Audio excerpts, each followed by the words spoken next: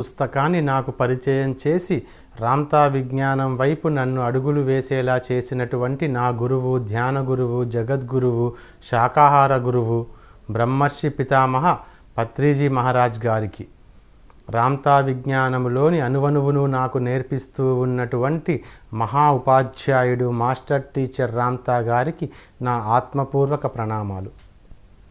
స్వాగతం మాస్టర్స్.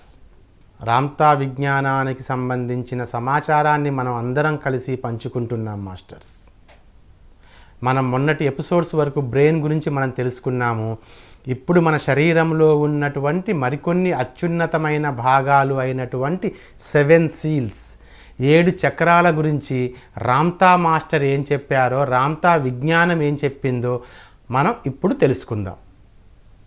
మనందరికీ తెలుసు, ఆధ్యాత్మికతలో అడుగుపెట్టిన ప్రతి ఒక్కరికి కూడా మన శరీరంలో ఉన్నటువంటి 7 చక్రాల గురించి, కుండలిని శక్తి గురించి, కుండలిని శక్తి మూలాధారం నుంచి సహస్రారం వైపు ఒక పాములాగా ప్రవహిస్తూ వెళ్తుంది అని మనం ఎప్పటి నుంచో నేర్చుకుంటూనే ఉన్నాం. దాదాపుగా ఆధ్యాత్మికతలోకి వచ్చిన ప్రతి ఒక్క మాస్టర్కి కూడా 7 చక్రాల గురించి, కుండలిని శక్తి గురించి ఒక ప్రాథమిక అవగాహన అయితే ఉంటుంది.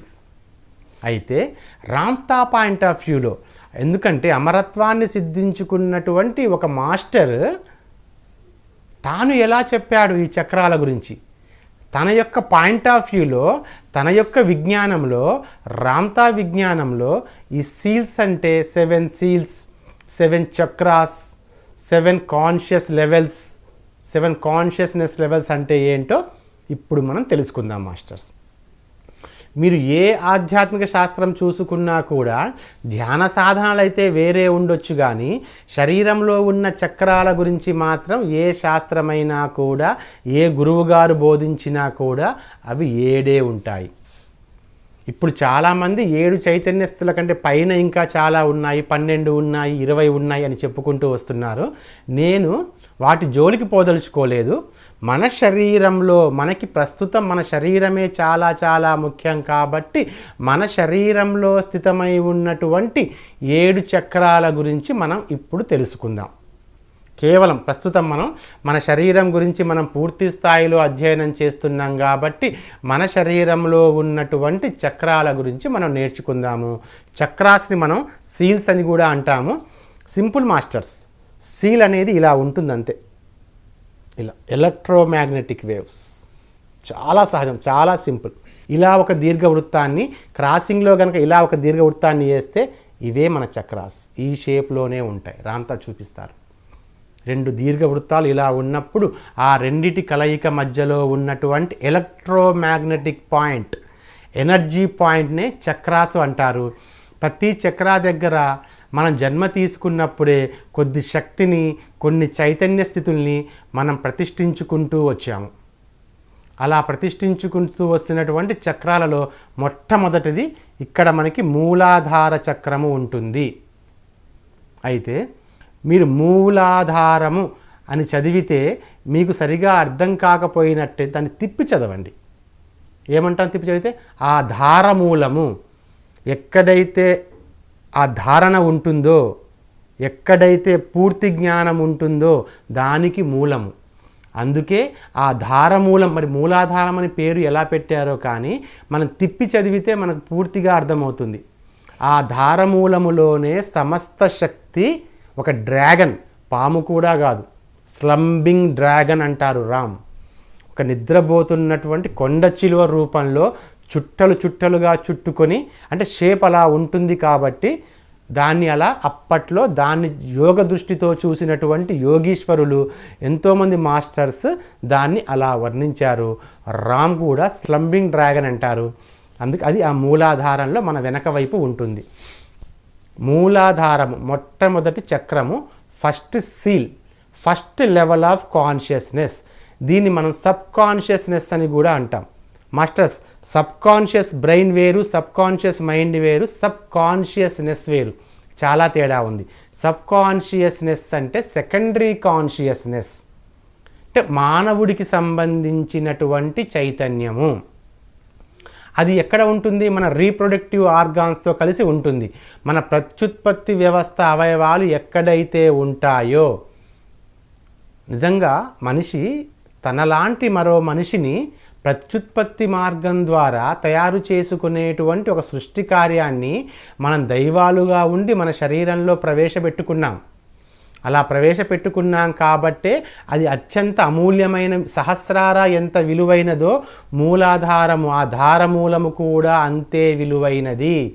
ఈ 7 చక్రాల్లో ఒకటి ఉన్నతము, ఒకటి అధమమని కాదు మాస్టర్స్. కాకపోతే మనకున్నటువంటి చైతన్య స్థాయిని బట్టి మనం అలా వాడుకలో వాడుతుంటాము తప్ప, సహస్రార ఎంత విలువైనదో ధారమూలము కూడా అంతే విలువైనది. అది ప్రత్యుత్పత్తి వ్యవస్థతో లింకప్లో ఉంటుంది.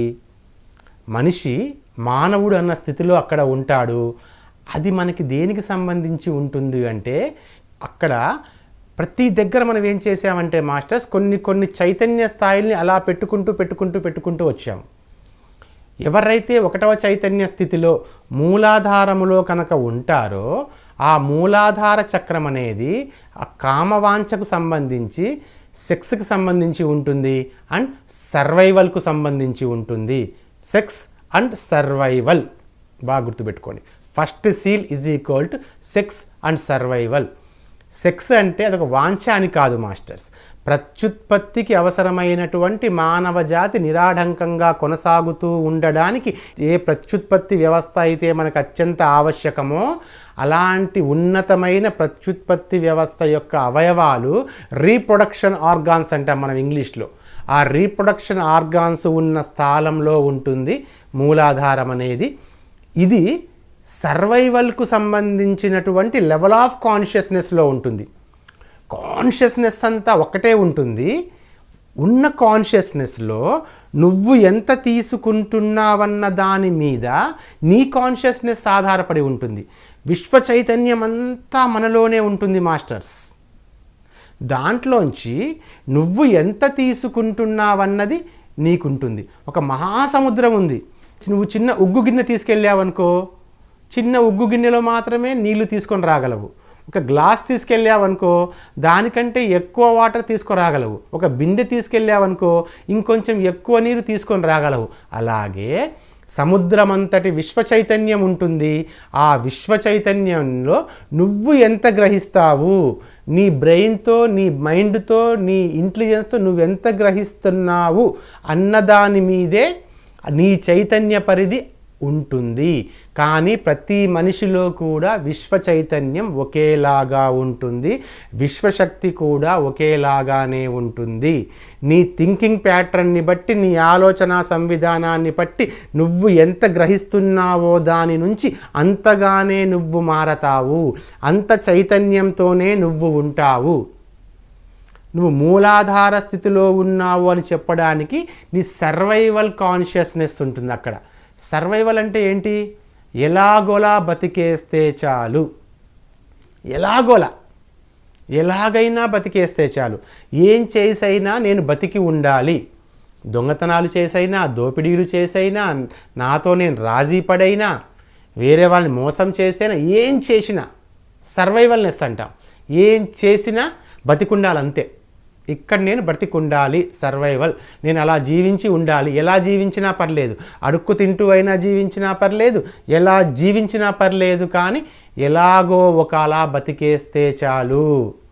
అద్భుతంగా బతకాలని లేదు, ఆనందంగా బతకాలని లేదు, అమోఘంగా బతకాలని లేదు.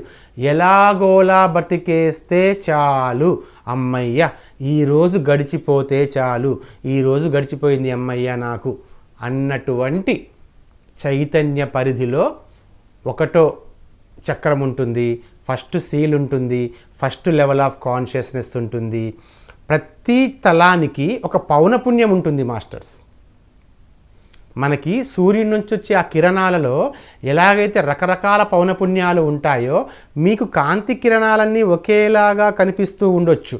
కానీ ఒక కాంతి కిరణము 1 సెకండ్లో ఎన్నిసార్లు ప్రకంపిస్తుందో దాన్ని ఫ్రీక్వెన్సీ అంటారు. ఆ ఫ్రీక్వెన్సీలోనే దాని యొక్క శక్తిని కొలుస్తూ ఉంటారు. ఫ్రీక్వెన్సీ ఎక్కువ అవుతున్న కొద్దీ దాని ప్రకంపనా వేగం ఎక్కువ అవుతేనే దాని పౌనపుణ్యం అంటాం మన తెలుగులో. పౌనపుణ్యం ఎక్కువ అవుతున్నట్లు లెక్క. పౌనపుణ్యం అంటేనే ఫ్రీక్వెన్సీ.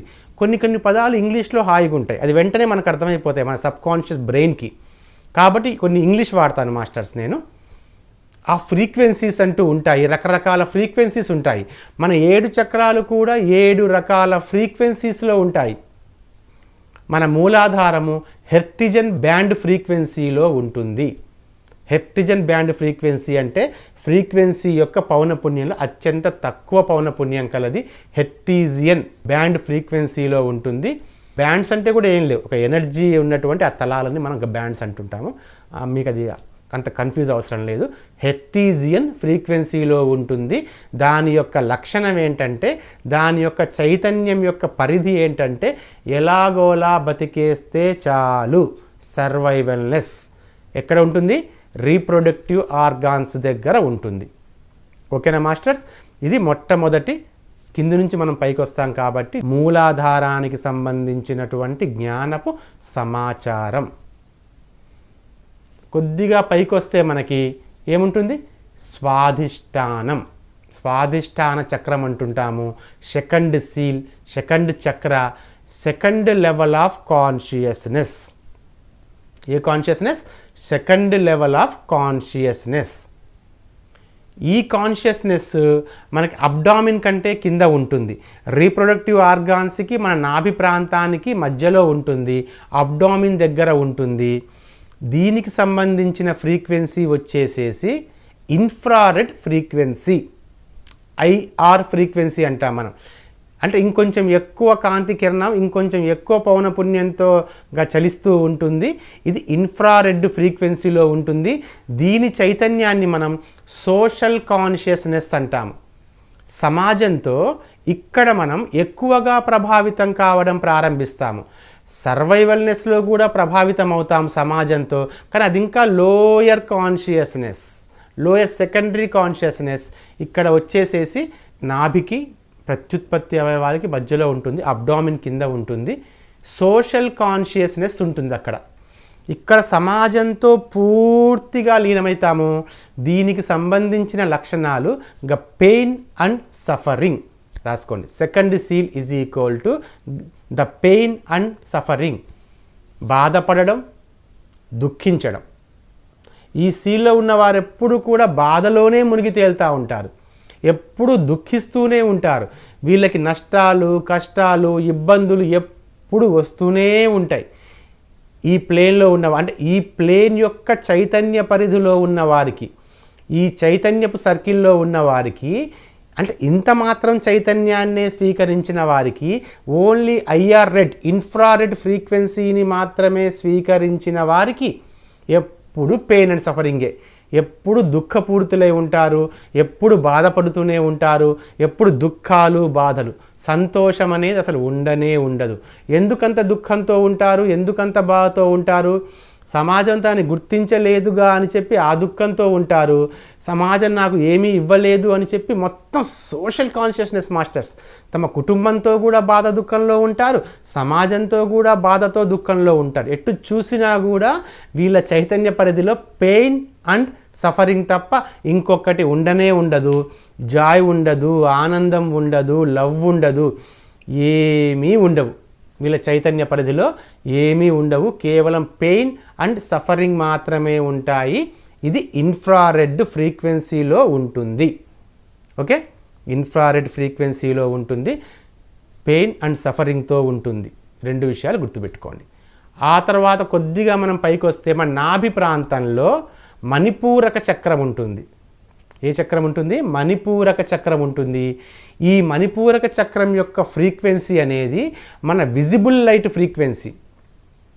విజిబుల్ లైట్ ఫ్రీక్వెన్సీ అంటే మన సూర్యుడి నుంచి మన మీదికి వస్తున్నటువంటి కాంతి, ఎర్లీ మార్నింగ్ కాకుండా కొద్దిగా సమయం గడిచిన తర్వాత మన మీదికి వస్తున్నటువంటి కాంతి విజిబుల్ లైట్, అంటే మన కంటికి కనబడే లైట్, సాధారణమైనటువంటి కాంతి యొక్క ఫ్రీక్వెన్సీలో ఉంటుంది. దీని యొక్క చైతన్య పరిధి సాధారణమైనటువంటి కాంతి యొక్క చైతన్య పరిధి, కాంతి యొక్క పౌనపుణ్యము అంటే విజిబుల్ లైట్ ఫ్రీక్వెన్సీ.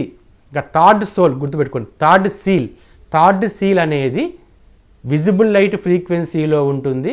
మరి దీని యొక్క లక్షణాలు ఏంటి అంటే the power and control masters. దీనిది power and control and victimization. Power, control, the tyranny అంటారు రామ్తా. ఆ టైరాంటీ అంటే వేరే వాళ్ళ మీద ఒక దుష్టమైన దుర్మార్గమైన పన్నాగాలు. Power, control, tyranny and victimization. ఈ 4 అనేవి మనకి థర్డ్ సీల్ యొక్క లెవెల్ ఆఫ్ కాన్షియస్నెస్. ఇక పవర్, ఎంతసేపటికి నాకు అధికారం కావాలి, నేను అధికారంలో ఉండాలి. అధికారం ఎందుకు? వేరే వారి మీద కంట్రోల్ కోసం, వేరే వారిని కంట్రోల్ చేయగలగాలి, అందరూ నా కింద అణిగిమణిగి ఉండాలి. అందుకని అధికారాన్ని మించిన మత్తు లేది అంటారు. ధనము నీకంత మత్తు ఇవ్వకపోవచ్చు, ఏదైనా నీకంత కిక్ ఇవ్వకపోవచ్చు, కానీ ఆ పవర్కి ఉన్నటువంటి కిక్ వేరే ఉంటుంది. అది ఏ పవర్ అయినా కానివ్వండి. ఈవెన్ ఆధ్యాత్మికత చాలామంది గురువుల్లో కూడా ఆ పవర్ కిక్ ఉంటుంది. ఇంతమంది నేను కంట్రోల్ చేస్తున్నాను, ఇంతమంది నేను చెప్పేది వింటున్నారు అని చెప్పి ఆ కంట్రోల్నెస్, ఆ పవర్, సమస్త మానవాళిని గుప్పెట్లో పెట్టుకోవాలి. వాళ్ళ మానసిక క్షేత్రాలన్నీ నేను ఎలా చెబితే అలానే నడుచుకోవాలి. చూడండి మాస్టర్స్, ఈ పవర్ కంట్రోల్ అనేవి నిన్న నేను చెప్పినట్టుగా మీడియా సంస్థల్లో కూడా ఉంటాయి. వారు ఏదైతే ఉన్న విషయాలని మసిపూసి మారేడుకాయ చేసి నిజాలుగా మన మీదికి పంపిస్తూ ఉంటారో వాటిని మనం నమ్మి మన ఆలోచన మొత్తాన్ని మీద కంట్రోల్ వాళ్ళకి ఇస్తుంటాం మనం. ఈ పవర్ అండ్ కంట్రోల్ అనేది అన్ని రంగాల్లో ఉంటుంది. విద్యారంగంతో సహా మొదలు పెడితే విద్యారంగంలో కూడా మేము నేర్పుతున్న చదువునే మీరు నేర్చుకోవాలి. అంతేగా మాస్టర్స్, మనకి ఏం జరిగింది? సనాతన భారతీయ వేదాలు ఉపనిషత్తులతో ఉజ్వలంగా వర్ధిల్లినప్పుడు బ్రిటిష్ ప్రభుత్వము, ఇది అప్రస్తుతం కాదు మాస్టర్స్, కొన్ని విషయాలు తెలుసుకోవాలి మనం. బ్రిటిష్ గవర్నమెంట్ మెకాలే అని ఒకటి ఆ కమిటీ వేసింది. మెకాలే ఏం చెప్పాడు తెలుసా? భారతదేశంలో ఒక్క బిచ్చగాడు కూడా లేడు, వీళ్ళు అత్యున్నతమైన ఆధ్యాత్మిక జ్ఞాన సంపద వీరికి ఉంది.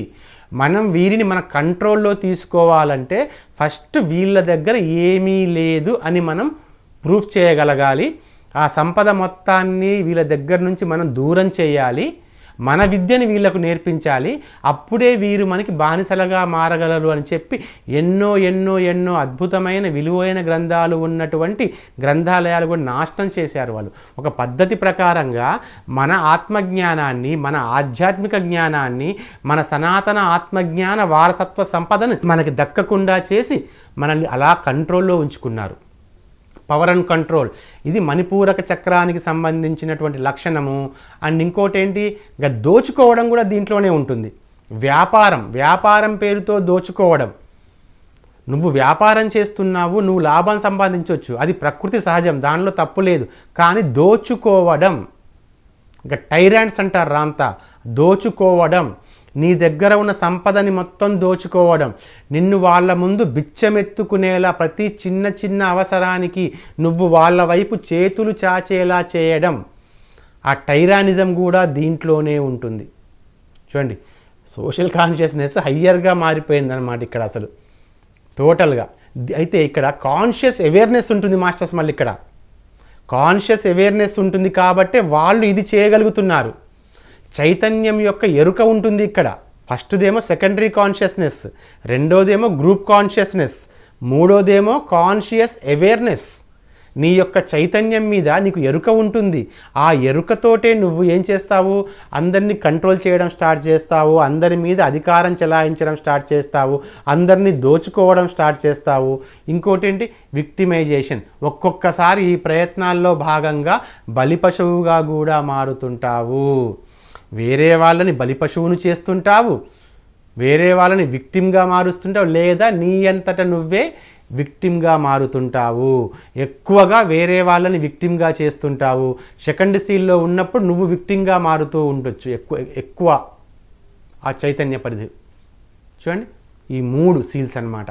ఈ 3 కూడా మనకేమంటారంటే ఇవన్నీ హ్యూమన్ కాన్షియస్కు సంబంధించినవి అని చెప్పి చాలామంది చెప్తూ ఉంటారు. కానీ రామ్తా ఏమంటారంటే నీ యొక్క మూలాధారంలో కూడా సహస్రారం ఉంది అంటారు. చూడండి, నీ ప్రతి ఒక్క చక్రంలో 7 చక్రాలు ఉంటాయి. ఒక్కసారి కళ్ళు మూసుకుంటే నేను చెప్తుంటే ఒక విజువలైజ్ చేసుకోండి మాస్టర్స్. నీ యొక్క మూలాధారంలో కూడా 7 చక్రాలు ఉంటాయి, మళ్ళీ స్వాధిష్టానంలో మళ్ళీ 7 ఉంటాయి, మళ్ళీ మణిపూరకంలో మళ్ళీ 7 ఉంటాయి. అట్లా ప్రతి ఒక్క దాంట్లో 7 ఉంటూనే ఉంటాయి. ఇవన్నీ లింక్డ్గా ఉంటాయి, ఒకదానికొకటి లింకుతో ఉంటాయి. ఇవన్నీ కూడా విడివిడిగా ఉండవు. ఒక్కటే చక్రం చిన్నగా, పైన స్వాధిష్టానం చిన్నగా ఉండదు. 7 ప్రతి ఒక్క దాంట్లో కూడా 7 ఉంటాయి. కాకపోతే ఉన్నటువంటి విశ్వ చైతన్యంలో నువ్వు ఎంత రిసీవ్ చేసుకుంటున్నావు, నువ్వెంత పర్సీవ్ చేస్తున్నావు అనేది ముఖ్యం. నువ్వు కేవలం సర్వైవల్ కాన్షియస్ని మాత్రమే పర్సీవ్ చేస్తూ ఉంటే నువ్వు ఫస్ట్ లెవెల్ ఆఫ్ కాన్షియస్నెస్లో ఉన్నట్టు. నువ్వు ఇంకొంచెం పెయిన్ అండ్ సఫరింగ్కి సంబంధించిన కాన్షియస్ని పర్సీవ్ చేస్తుంటే నువ్వు సెకండ్ లెవెల్ ఆఫ్ కాన్షియస్నెస్లో ఉన్నట్టు. అదే నువ్వు పవర్ అండ్ కంట్రోల్కి సంబంధించినటువంటి కాన్షియస్ అవేర్నెస్లో ఉండి ఆ మాత్రం కాన్షియస్నే నువ్వు పర్సీవ్ చేస్తుంటే నువ్వు థర్డ్ లెవెల్ ఆఫ్ కాన్షియస్నెస్లో ఉన్నట్టు. కాబట్టి మాస్టర్స్, ఈ కాన్షియస్ లెవెల్స్కి సంబంధించి జాగ్రత్తగా మీరు అధ్యయనం చేయండి. మరొక్కసారి మీ దగ్గర రామ్తా వైట్ బుక్ ఉంటే రామ్తా వైట్ బుక్లో వెనక వైపు హ్యూమన్ బాడీ పిక్చర్ తోటి రామ్తా సీల్స్ ఎక్కడెక్కడ ఉన్నాయి, ఇప్పుడు నేను చెప్పినటువంటి విషయాలు దాంట్లో క్లుప్తంగా రాసి ఉంచారు. దాన్ని మరొక్కసారి అధ్యయనం చేయండి. సీల్స్కి సంబంధించి, చక్రాలకు సంబంధించి మీ దగ్గర అంతకుముందు ఉన్నటువంటి ఆ విషయాల్ని మొత్తాన్ని తీసివేయండి మాస్టర్స్. మీ చక్రాలలో, మీ సీల్స్లో ఎలాంటి బ్లాక్స్ ఉండవు. చాలామంది చక్రాస్ క్లీనింగ్ అంటుంటారు, రామ్తా దాన్ని ఖండిస్తాడు. అసలు చెప్పడు కూడా ఆ విషయాన్ని. నీ చక్రాస్ అన్నీ కూడా ఎలక్ట్రోమాగ్నెటిక్ సర్క్యూట్స్ కదా. నీ ఎలక్ట్రోమాగ్నెటిక్ సర్క్యూట్స్కి మసి ఎలా ఉంటుంది? నీకు ఆ కరెంటుకి మసి అంటుతుందా? నీకు వెలుగుకి మసి అంటుతుందా? వెలుగు ఎప్పుడు వెలుగులానే ఉంటుంది కదా. దానికి ఎలాంటి బ్లాక్స్ ఉండవు, ఎలాంటి మరకలు ఉండవు, ఎలాంటి క్లీనింగ్ ప్రాసెస్ అవసరం లేదు. అవి ఎలాగైతే ఉన్నాయో ఎప్పుడు స్వచ్ఛంగా కాంతితో అలాగే ఉంటాయి. వాటి యొక్క పౌనపుణ్యాల పరిధులు అవి ఉంటాయి. నువ్వు నీ ఆలోచనను మార్చుకొని, అదే అంటారు కదా, నీ దృష్టిని బట్టే సృష్టి ఉంటుంది. దృష్టి అంటే ఏంది? నీ దృక్కోణం. నీ దృక్కోణం అంటే ఏంటి? నీ ఆలోచన. నీ ఆలోచన అంటే ఏంటి? నువ్వు ఎలాంటి ఆలోచనలు చేస్తున్నావు అనేది కదా ముఖ్యము. నువ్వు అత్యున్నతమైన ఆలోచనలు చేస్తున్నప్పుడు నువ్వు అత్యున్నతమైన స్థితిలోనే అలరారుతుంటావు. కాబట్టి ఎలాంటి క్లీనింగ్ ప్రాసెస్లు, ఎలాంటి బ్లాకేజెస్ మీ చక్రాలలో ఎప్పుడు ఎక్కడ ఏమీ ఉండదు. చక్రాస్ యాక్టివేషన్ ఉంటుంది. అది కూడా యాక్టివేషన్ అంటే మనం బలవంతంగా వెన్నుపూస స్ట్రైట్గా పెట్టి యాక్టివ్ చేయడం కాదు, సాధన కాదు. జ్ఞానం తెలుసుకోవడమే సాధన. ఎప్పుడైతే నువ్వు ఎంతెంత జ్ఞానం నువ్వు నేర్చుకుంటున్నావో అంతంత చైతన్యం నీకు విశ్వ చైతన్యం నుంచి నువ్వు పర్సీవ్ చేయగలవు, నువ్వు స్వీకరించగలవు, నువ్వు గ్రహించగలవు, నీలోనే నిలిపిపెట్టుకోగలవు. అందుకే ఆ తర్వాత ఎపిసోడ్స్లో మాస్టర్స్ నేను 4th లెవెల్ ఆఫ్ కాన్షియస్నెస్ గురించి, 5th లెవెల్ ఆఫ్ కాన్షియస్నెస్ గురించి, 6th లెవెల్ ఆఫ్ కాన్షియస్నెస్ గురించి, 7th లెవెల్ ఆఫ్ కాన్షియస్నెస్ గురించి కూడా నేను వివరిస్తాను మాస్టర్స్. ఇంకొకసారి చెప్తున్నాను, కాన్షియస్నెస్ అంటే చైతన్యము. చైతన్యము అంటే 7 తలాల నుంచి ఆత్మగా ఉండి నువ్వు సంపాదించుకున్నటువంటి నీ జ్ఞాన సమాచారం. చైతన్యము అంటే నీ జ్ఞానమే చైతన్యము. ఆ చైతన్యంలో ఏర్పడ్డ కదలికే శక్తి. శక్తి సొంతంగా ఏమీ చేయలేదు, ఆ చైతన్యాన్ని బట్టి శక్తిగా ప్రవర్తిస్తుంది. అంతులేని విశ్వశక్తి మనలోనే ఉంది. అది నీ చైతన్య పరిధిని బట్టి నీకు అందుబాటులోనికి వస్తుంది. నువ్వు ధ్యాన స్థితిలో ఉన్నప్పుడు నీ ఆత్మ చైతన్య పరిధిలో ఉంటావు కాబట్టి అంత కాస్మిక్ ఎనర్జీ నీలోంచే నీ బయటికి వచ్చి విశ్వశక్తిగా మారి తిరిగి నీ శరీరంలోనికి ప్రవహిస్తూ ఉంటుంది. బట్టి కాన్షియస్నెస్ గురించి, ఎనర్జీ గురించి మీరు అంతకుముందు నేర్చుకున్నటువంటి ఆ అపోహలు మొత్తాన్ని దూరం చేసుకోండి. సీల్స్ ఆఫ్ కాన్షియస్నెస్ కూడా అవన్నీ కూడా ఒక పాయింట్స్ అన్నమాట, అంతే. ఎనర్జీ క్రాసింగ్ అయ్యేటువంటి ఆ పాయింట్స్ మీరు మీ ఆలోచనని మారిస్తే మీ సీల్స్లో ఉన్నటువంటి మీ చైతన్యాన్ని మీరు మార్చుకోవచ్చు, మీ చైతన్య పరిధుల్ని మీరు మార్చుకోవచ్చు మాస్టర్స్. మీరు ఏం చేస్తారంటే ఖచ్చితంగా ఈ సెషన్ అయిపోయిన తర్వాత ఖచ్చితంగా మీరు ఇప్పుడు మీకు చెప్పబడ్డటువంటి ఈ 3 లెవెల్స్ ఆఫ్ కాన్షియస్నెస్ మీద ధ్యానం చేయండి మాస్టర్స్. ఈ 3 లెవెల్స్ ఆఫ్ కాన్షియస్నెస్కి సంబంధించినటువంటి పూర్తి వివరాలు, సమగ్ర సమాచారం నాకు తెలియాలి అని మీరు అనుకొని దానికి సంబంధించినటువంటి ధ్యానంలో మీరు నిమగ్నమై ఉండండి. ఆ ధ్యానంలో ఆ విశ్వ చైతన్యం నుంచి, దివ్య మానసము నుంచి, యూనివర్సల్ మైండ్ నుంచి మీకు రావాల్సిన సమాచారం అంతా మీకు అందుతుంది. కాబట్టి దయచేసి ధ్యానంలో కూర్చోండి. రామ్తా వైట్ బుక్ ఉంటే వెనకాల దీనికి సంబంధించినటువంటి పిక్చర్ ఒకటి ఉంది. ఆ పిక్చర్ని మీరు బాగా ఇంకొకసారి స్టడీ చేయండి. Thank you masters. ఈ సెషన్కి అటెండ్ అయినటువంటి, ఈ సెషన్ చూస్తున్నటువంటి యూట్యూబ్లో కానీ చూస్తున్న వారందరికీ కూడా నా కృతజ్ఞతలు ప్లస్ నా శుభాకాంక్షలు. ఎందుకు అంటే అత్యున్నతమైన జ్ఞానంతో మీరు అనుసంధానం అవుతున్నారు. దీన్ని ఇలాగే కొనసాగనివ్వండి. So be it. తథాస్తు. Thank you very much.